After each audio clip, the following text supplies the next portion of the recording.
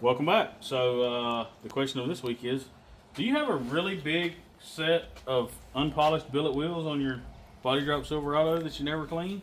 That you never drive? Yeah. I do. No, yeah. And if you have that, and you still have these stock little bitty brakes, well, just look at it. It looks pitiful. Pitiful. I look pitiful. Okay.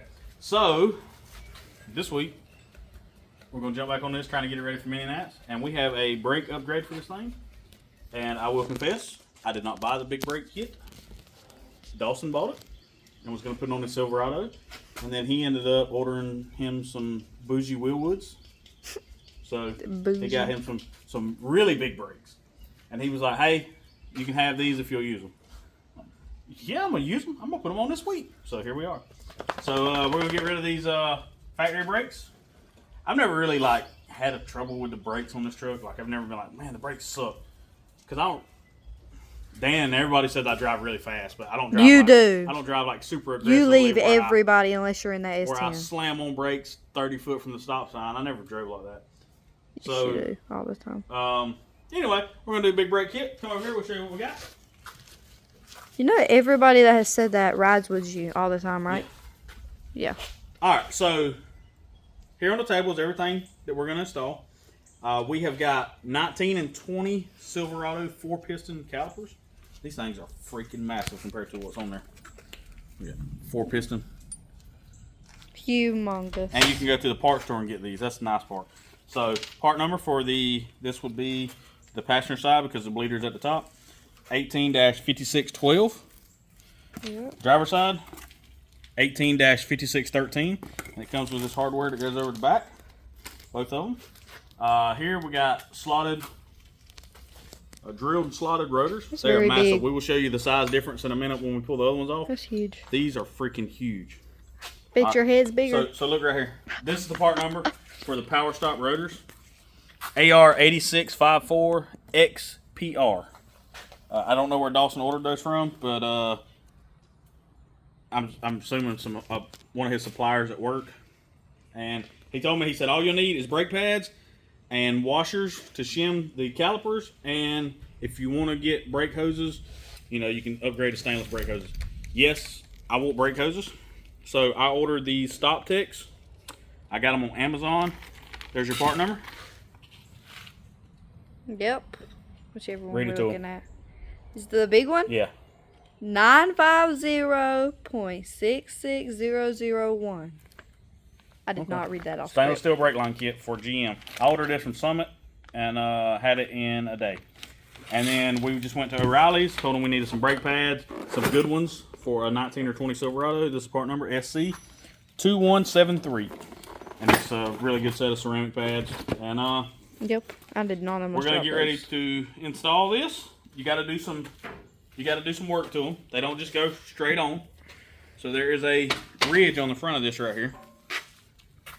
Some people take a grinder, grind it down. Some people have it machined in a lathe. I talked to Dylan about machining it for me. I don't know if he's going to be able to get with me before I actually install these for the last time. So I'm probably just going to grind them. I'll be honest. I'm going to grind them, and then there's a little spot somewhere along in here that most people's wheels hit. You can grind this, or you can run a 1/4-inch wheel spacer. With my truck, the tolerances are so tight already with the 26s and being body drop that I'm not putting a wheel spacer on there so that my tire can be closer to the fender. I'm not going to do it. So I will grind on these what I need to grind to make it fit.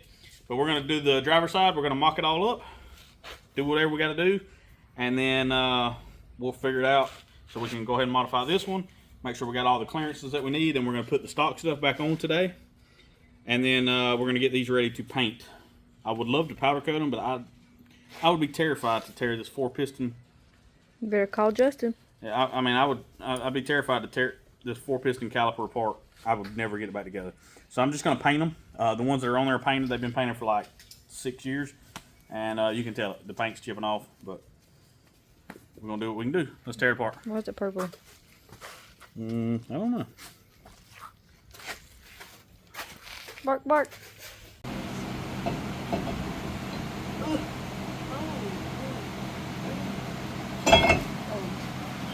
Oh, that's fancy.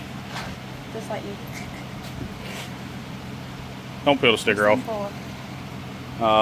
The factory trucks had bolts there to hold it on. It's factory. It's a factory style rotor. That's not. There's a dent.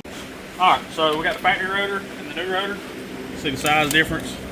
That is about 12 inches. And this one is about 13 and a quarter.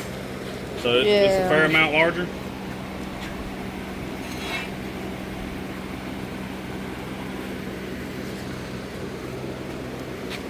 Oh, so much prettier. This isn't the thing that makes the biggest difference. It's these 4-piston calipers right here that's gonna make the big difference. So let's get this one mocked up on here. Look at this. Hey. I put that up there. All right, we're gonna run this stock lug nut up on there to hold this rotor tied against the hub. Oh! That'd be loosened. Wait, hold on. Oh, this. Yep, it's good. All right, we're gonna mock this caliper up. We'll show you in just a second. You ready? Yep. Yum yum.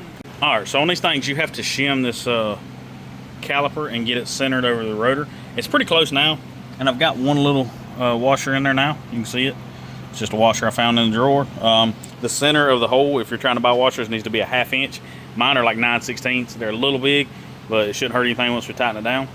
I got my mic out, and I measured from the piston here, the piston here to the rotor. On this side was 0.76. This side was 0.88. So I need to add a little bit more. I went and found me a shim here that equals out to about 0.07. So I'm gonna stick that in and see what that looks like, and I'll just trying to get this thing centered, and we'll come back in just a minute once we finally get it centered. Okay, so after several attempts here to get it shimmed right, I ended up with, let's see, where's it at? 3 washers, top and bottom. And if you look down in here, you can see the way the bottom of this caliper is made, the space to the rotor. It needs to be pretty even on both sides. When I first done it, it was about to rub, like when you spin the rotor like that, it was about to rub the right here. So we just kept, I put 2 in, and then I went back and had to add a 3rd one, and then I used my mic. I got, where'd it go? 0.89 on this side and 0.81 on this side. So it's about as close as I've been able to get it without going and buying a bunch of different shim washers. So we're gonna keep mocking this thing up, see if we can get a wheel stuck on here, see what's gonna hit, what ain't gonna hit, and get it ready to mock the brake pads up, make sure I got the right ones and all that good stuff, and keep rolling with this train. All right, I got the pads in, mocked up, got the pins and all in with the clips, and I wanted to test fit it before I done any grinding, and this is hitting really bad. So it's almost in all the way at the back, and it's hitting. I think if I grind that off, we'll be good. So I'm gonna pull this wheel back off, and I'm probably just gonna grind it right on the truck, and come back and show you what it fits, or how it fits next. All right, y'all, we got them clearanced up. We just went in and ground that notch off. So this thing's got a notch. A lot of people grind it. Some people take it and have it machined. I may end up still taking it to Dylan and let him run it through the mill, just to make it look better. And then we're probably gonna paint them back the pink that's on the truck. That's what the rear calipers are, and the original front ones were. So, but they look good behind there. All right, so it's about 8:30 in the morning. We then went and had some breakfast, and made Dylan come help me today. Or I'm gonna help him, watch him. Here's what we do. So, somebody had to grind this down to clear the wheel. So we didn't do this one yet. I'm not gonna leave it like that because that looks like crap. So we're about to put this thing on this mill, see if we can make it nice and flat, look good, so we can get them painted. We put a logo on here, do whatever we're gonna do. I don't know yet, we haven't made that far, but get these milled down real good.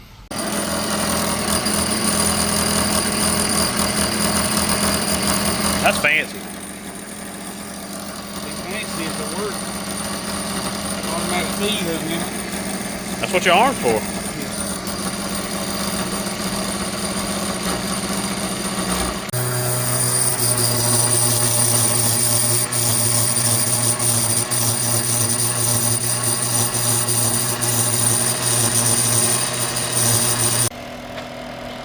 Tell them what you're doing now.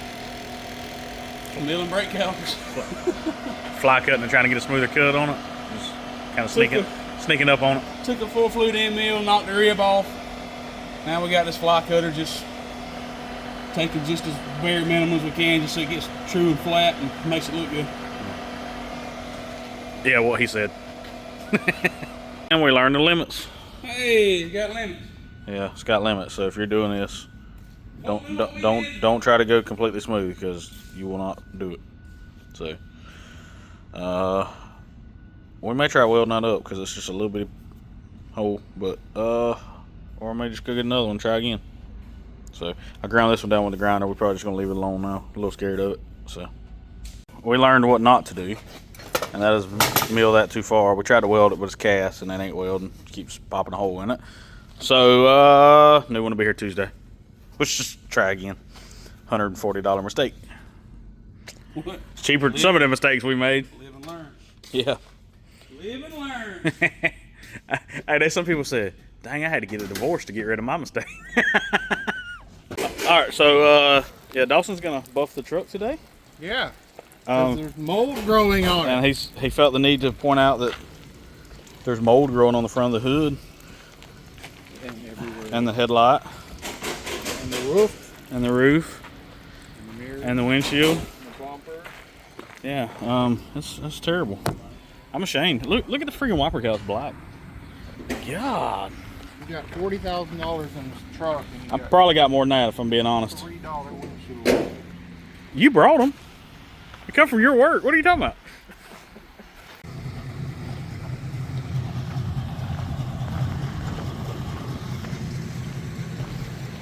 Look at that. Yeah, you can see it there. Look at the difference. Like night and day difference. So not buffed, buffed. Ish. Yeah, buffed-ish first round. Whew, this thing needed it bad. Sir, do you want to tell people what color you paint your truck? Don't tell them. Yeah, Don't tell them. Why? Damn, it's too late. When are you uploading this video? Before mini nats. Oh, well, they're just gonna know it's gonna be Victory Red before mini nats then. I'll bleep it out. Okay, that'll work. Dang. Should we show them the paint bucket? Huh? They don't need to see the Victory Red.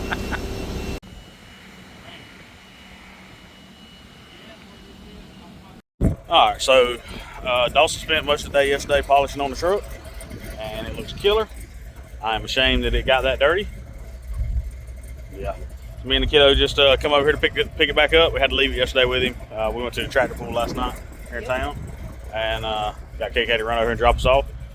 Chandler's in there trying to get the truck ready to paint, so we stayed around, helped him a little bit, and yeah. Go get it to the house, get it under the shelter, get a car cover on it so it don't get messed up between now and mini nats. I gotta fix this freaking exhaust leak again. But here we go. You ready, kid? Alright, so we need to change these speakers up here in the B pillar, and they're fun because there's a lot of stuff going on with this truck, like a whole lot. How much? How A much? lot. Too Whole much. lot. Too much. And the interior has really suffered because of the back glass leaks water, and I've tried every attempt I can to make it stop leaking water without building a box around it to keep it separate from the rest of the truck.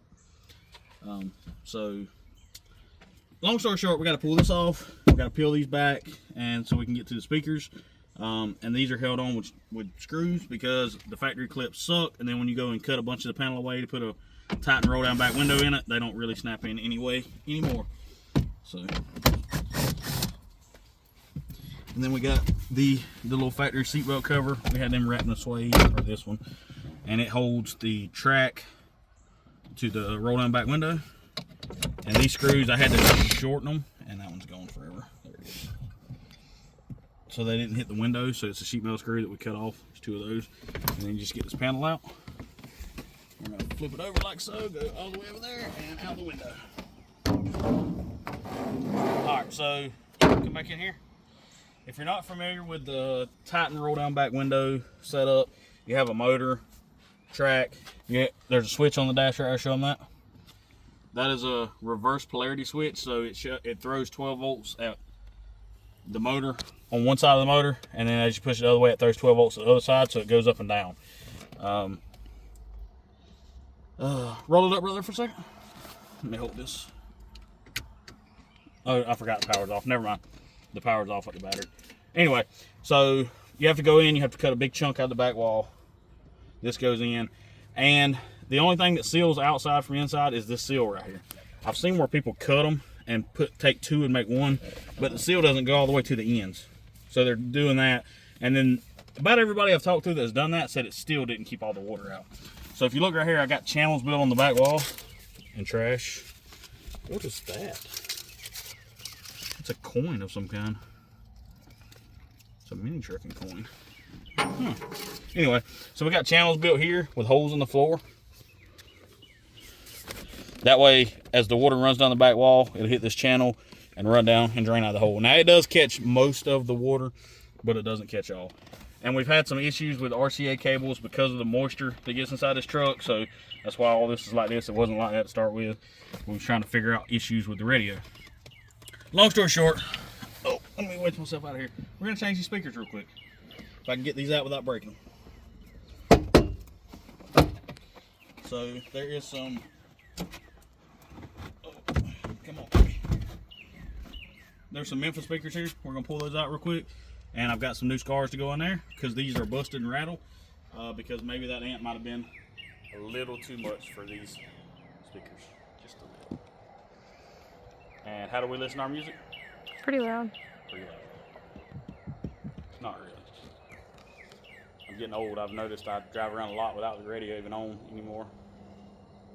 But we used to listen to it loud. KK still listens to it loud. Yeah. I can hear KK when she comes down the road. It was really bad in the Escalade because it had a really loud system in it. Oh, show them the headliner. I don't know if I've ever showed the headliner. It's troll hair. It's my favorite part of the truck because when you're driving down the road, it goes everywhere. If I got a clip of it, I'll insert it here.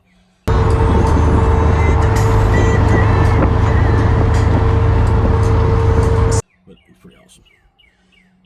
I blame Rance for this. He had it in his teal truck, and I saw it on Snapchat one day, and I was like, oh my God, I want that. And he was actually nice enough to not tell me to F off.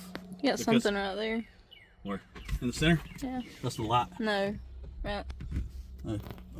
Stuff that blows into the back glass. Oh. Alright, so Dawson got the outside of this thing looking killer. The inside, not so much. Show him that seal plate over there, the bottom. How bad it looks. The bottom of the door right there. I had all this stuff wrapped in oh sorry, she handed me the camera. I had all this stuff wrapped in suede, like I say, and the moisture.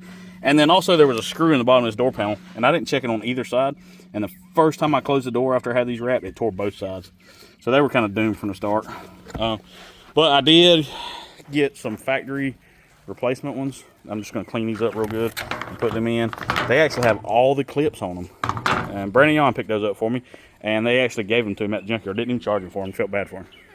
So we're going to get these speakers changed out real quick. And those seal plates. And put it all back together. And then next, I think we're going to start doing the radio.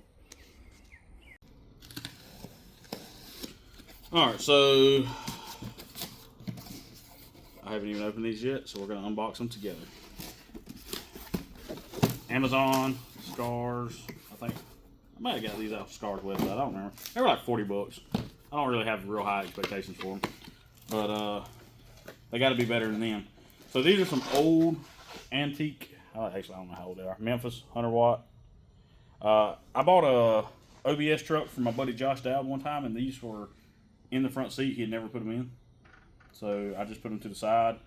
And then when I got ready to put them in, when I got the truck all together for Mr. Charlie to pick up, because I sold it to him, I couldn't find them. So I had to order some more, and I ordered some DS18s, and these were hidden in that monstrosity. Look. Yeah, that. They were there. So how you put them on a truck, they didn't last long. So let's see how long we can get out of these. I'm not a stereo guy. I've never claimed to be a stereo guy. I do not know anything about what's the best for stereos. I just know I've had some Scar speakers, and they always done me pretty good. So What were the ones in the Escalade? Weren't those Those Sony's? No, No.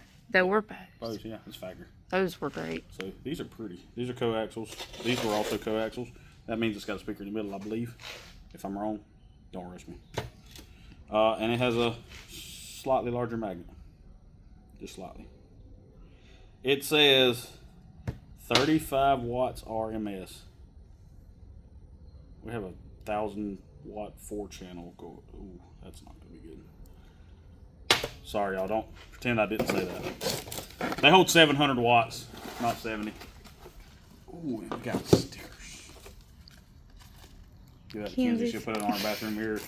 She can almost not see herself in the mirror. There's so many stickers on it. I don't know where she gets that from. Yeah, I don't know either. They can't see the You sides. gotta show the fuse box over there. This toolbox. I don't know where she gets that sticker obsession from. And the other stickers those go around. Y'all put what, about 1,000 in the past 2 years? Yes. So I have noticed the first problem already. These take one small, one big, and this one takes two big, so I'm gonna have to do some wire in there. Put another terminal on that. Bad part is I can't test them when I get them in because I tried to turn the radio on when we drove it back a while ago, and the radio wouldn't work, which is why I'm putting a regular radio back in it instead of an iPad. You want an iPad dash set up? I got you. Can't guarantee that it'll work right, but I got you. No, Apple, don't do it. Alright, so let me go find some stuff and we'll be back. Are you getting angry? It's not, yeah, a little bit. It's just a screw. Just run it through there. It's plastic. It's fine. It's fine. Look at there. Oh. See. It was like that when we went to take it out a while ago. Remember? Oh, let me see it. I'll break it for you.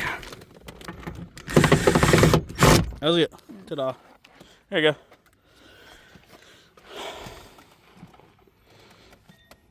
Hello? Oh. Oh, come on, boo. Are you putting the new ones in the bottom? I'm glad you're skinny. I got to clean them up first. Please. All right, so if you have your sill plates wrapped in suede, do a better job of taking care of them than me. Mr. Mike done an outstanding job on this, and I'm sure it was a pain in the butt to wrap. It looks like it. And then I let it get wet and ruin. So they done like discolored and mildewed and molded or whatever that is. And yeah, instead of aggravating him because he's swamped right now, trying to get him to wrap me some more, and I still don't have a place to park it inside, so it would have just happened again if I do it again. So I'm just gonna put some stock ones in it. So like I say, we got those. We got to clean those up with some purple power real quick and stick them in. And it's almost dark, so probably all we're doing tonight. All right, so I don't know if I've really showed under the hood of this truck much. You saw in the video when we put the cam in it, we were under the hood, but I ain't really going into any detail on the specs or anything of this truck. So it is a 2003. That is the bone stock 5.3 liter that came in it. It's never been out except to be painted, like it's never been went through. It's got 241,000 miles on it, and if you remember in the video with the cam, the timing chain shows it has 241,000 miles on it. Yeah, it's still runs good though. So that's stock 5.3. That is about transmission number 11. Yeah, 4L60s, they suck. This truck had a set of smooth inner fenders in it originally when I had 24s on it, and when I went up to a 26, they hit. So I built new ones, and now that I realized my upper control arms was upside down, and my truck lays all the way out in the front now, these hit. So I won't be dragging it too much. Yeah, I will. I'm lying. Anyway, so those hit. Oh well, big deal. Ain't much I can do about it right now. This is a Little Shop engine-driven compressor kit. I've been running that same compressor since day one for about 6 years. I usually run it till it starts knocking, and then I'll put oil in it. I always forget to put oil in it. It's got a Amazon sheet metal intake. It's like a knockoff of the Holly Sniper. We painted it, put the logo in it. I don't know if you can see that or not. Anyway, we painted the logo in it. It's got the billet fuel rails that come with it with the crossover hose at the back. This truck is an 03, so it is not returnless. It has a return line. So under that intake is a Corvette fuel filter that has the two lines coming in, the one line going out. It's your fuel pressure regulator and your fuel filter at the same time. So my two factory lines run into it, and then out of the other side it comes out, comes through here to this 180 and goes into the fuel rails. It's been like that since I done the intake. Works perfect. I don't know if you can, I don't know if I have enough light to get down there and show you, but it's up under there. I painted it black so it didn't stand out. Factory 145 amp alternator. I had to replace that the other day. Stole the one off the Yukon in the backyard. I think I showed y'all that in the video already. That fixed my charging issue where my voltage was all over the place. Put that on. It's got that low buck truck Richard Holdner cam in it. Factory AC, everything still works. We had to do the blower box mod under the dash when I body dropped this thing. It's got a billet overflow there. I believe the guy's name is Jack Frith that made that. It's been several years now. I don't really remember 100%. This one has the 05 up electric fan conversion with the Nelson harness, and it's got a set of what was the brand of those? Shorty headers. They weren't eBay's. They used to sell them. Pace Setter, I think, is the name brand of them. I don't even know if they're still around, but I've had those for years. And then it has a street scene wiper cowl, which is really dirty, and that's what I'm doing right now. I'm about to get the quick detailer out and start cleaning stuff under the hood. I'm trying to get all this pretty well clean so that when it comes time to go to Mini Nats, all I have to do is just clean it one last time real quick. So I'm gonna get under here and wipe this thing down real good, get all the oil and grease and mildew and everything else off of it that's on it. And yeah, also infamous front kit. When I pulled the arms back off and painted all the suspension, apparently I got mixed up and put the ball joints in upside down. I put them back on and rode like that for 6 years. Oops. And then I always wondered why this truck wouldn't lay out in the front when everybody else's did. So I actually looked at Dawson's truck one day and I was like, mine don't look like that. So I went back over and compared them, and sure enough, I had my upper control arms upside down.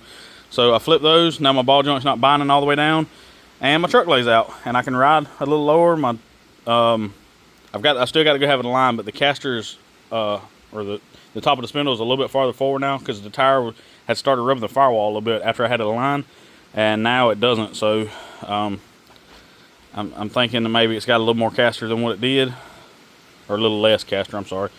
But I don't know. And these really dingy headlights, I don't know if I'm going to buff those or just order some new ones. They've been on there about 3 years, so it's probably time to just order some new ones. But I'm going to get to cleaning. Shut up now. So this was a kind of short week. A lot happened. Dawson done a lot of it while we was helping Chandler, so I didn't film a lot of it. But we got it tucked in. We got the car cover on it, so we're trying to protect that paint as long as we can.